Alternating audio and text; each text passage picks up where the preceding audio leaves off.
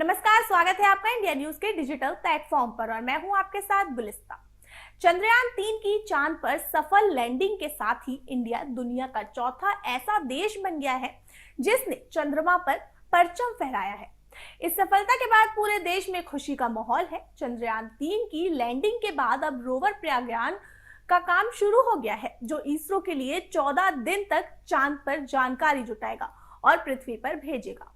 आपको बता दें, चंद्रयान-3 के चांद पर उतरने के बाद अब सभी की निगाहें रोवर प्रज्ञान पर टिकी हुई है। अब रोवर चांद की सतह पर उतरकर इसरो के लिए डेटा कलेक्ट करेगा और उसे इसरो में भेजेगा। बताया जा रहा है कि रोवर को अपना काम 14 दिन के अंदर ही खत्म करना होगा, क्योंकि इसके बाद चांद के दक्षिणी ध्रुव में सूर्य की रोशनी खत्म हो जाएगी।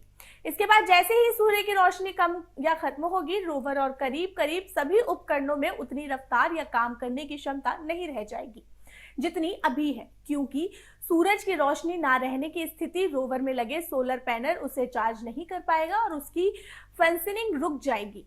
इसके बाद चांद की तापमान में तेजी से गिरावट आती है और ये गिरकर -100 डिग्री से -150 डिग्री के बीच के नीचे तक आ जाता है, जिसके उपकरणों को नुकसान पहुंच सकता है और आशंका बढ़ सकती है। अब ऐसे में रोवर को 14 दिन के अंदर अपना काम पूरा करना होगा।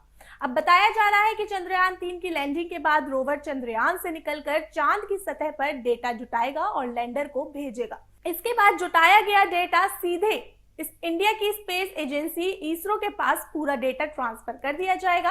रोवर को लगातार 14 दिन तक काम करना होगा। रोवर द्वारा भेजे गए डेटा के हिसाब से देश के वैज्ञानिक ये पता लगाएंगे कि चांद में इंसान के अनुकूल मौसम है या नहीं, या फिर चांद में इंसानों के सर्वाइवल की कितनी संभावना है। आपको बता दें कि अभी तक चांद के दक्षिणी ध्रुव में इंडिया के अलावा कोई देश नहीं पहुंच पाया है। फिलहाल के लिए इतना ही। जुड़े रहिए इंडिया न्यूज के डिजिटल प्लेटफॉर्म के साथ। मुझे दीजिए इजाजत। धन्यवाद।